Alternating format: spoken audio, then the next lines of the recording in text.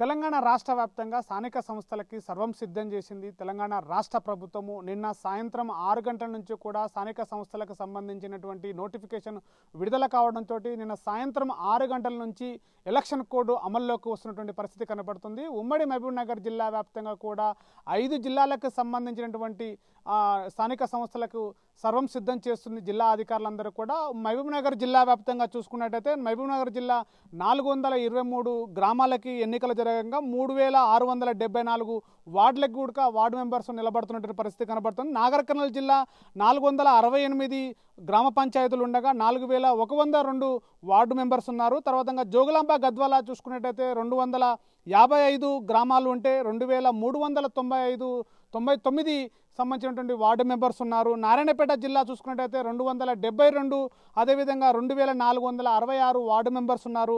వనపర్తి జిల్లా 268 గ్రామ పంచాయతీలు ఉంటే మరోవైపు 2436.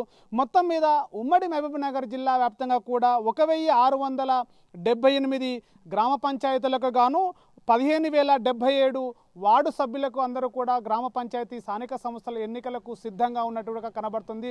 మొత్తం ఉమ్మడి జిల్లా వ్యాప్తంగా కూడా 5 జిల్లాల్లో కూడా జిల్లా అధికారులందరూ కూడా గ్రామ పంచాయతీలటువంటి సర్వం సిద్ధం చేశారు. ఎన్నికలకు పూర్తి చేసుకోవడానికి కూడా అభ్యర్థులందరూ కూడా పార్టీల వైపు గుర్తులు లేకపోయినట్టుగా తమ పార్టీ అభ్యర్థి గెలుస్తాడని చెప్పేసి కూడా ధీమా వ్యక్తం చేస్తున్నటువంటి పరిస్థితి కనబడుతుంది.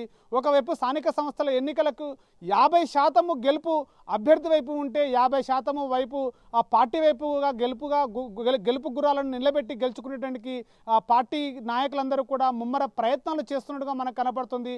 అన్ని గ్రామ పంచాయతీల్లో కూడా స్థానిక సంస్థలకు ఎన్నికలకి ఎలాంటి అవాంఛనీయ సంఘటనలు జరగకుండా కూడా జిల్లా అధికారులు పకడ్బందీ ఏర్పాట్లు పూర్తి చేస్తున్నటువంటి పరిస్థితి కనబడుతుంది. మరోవైపు కూడా ఒకవైపు స్థానిక ఎన్నికలకు సంబంధించినటువంటి హడావిడి ఒకవైపు కొనసాగుతుంటే మరోవైపు బీసీ నాయకులందరూ కూడా 42% రిజర్వేషన్లు అమలు చేయకుండానే కాంగ్రెస్ ప్రభుత్వం మోసం చేసింది అని చెప్పేసి మరోవైపు ఉడక వాదనలు వినబడుతున్నాయి. 42% పూర్తిగా బీసీ డిక్లరేషన్ చేయకుండానే రిజర్వేషన్లు అమలు చేయకుండానే మరోవైపు పార్టీ వైపు రిజర్వేషన్లు ఇస్తామని చెప్పేసి కాంగ్రెస్ ప్రభుత్వం చెబుతున్నటువంటి వైనం మీద ఇది కాంగ్రెస్ పార్టీ పూర్తిగా బీసీలను మోసం చేసినట్టు అని చెప్పేసి మరోవైపు కూడా బలంగా వాదనలు వినబడుతున్నాయి. ఏది ఏమైనప్పటికీ కూడా ఉమ్మడి మహబూబ్నగర్ జిల్లాలో ఉన్నటువంటి 5 జిల్లాల్లో కూడా స్థానిక సంస్థలకు ఎన్నికలకు కూడా జిల్లా అధికారులందు పకడ్బందీ ఏర్పాట్లు చేశారు.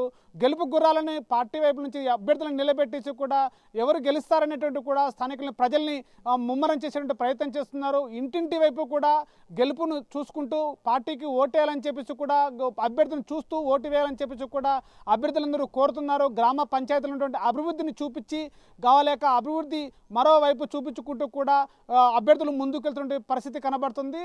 మొత్తం మీద నిన్న సాయంత్రము 6 గంటల నుంచి కూడా ఎలక్షన్ కోడ్ అమలుతో రావడంతో పాటుగా ఎన్నో సంవత్సరాలుగా వేచి చూస్తున్నటువంటి స్థానిక సంస్థలు రావడంతో కూడా అభ్యర్థులందరూ కూడా ముమ్మర ప్రయత్నాలు చేస్తూ గెలుపు వైపు బాటలు వేసుకునేటట్టుగా చూస్తున్న పరిస్థితి కనబడుతుంది. ఇది మహబూబ్నగర్ జిల్లాకు సంబంధించిన తాజా పరిస్థితి. అసలైన తొలి వెలుగు.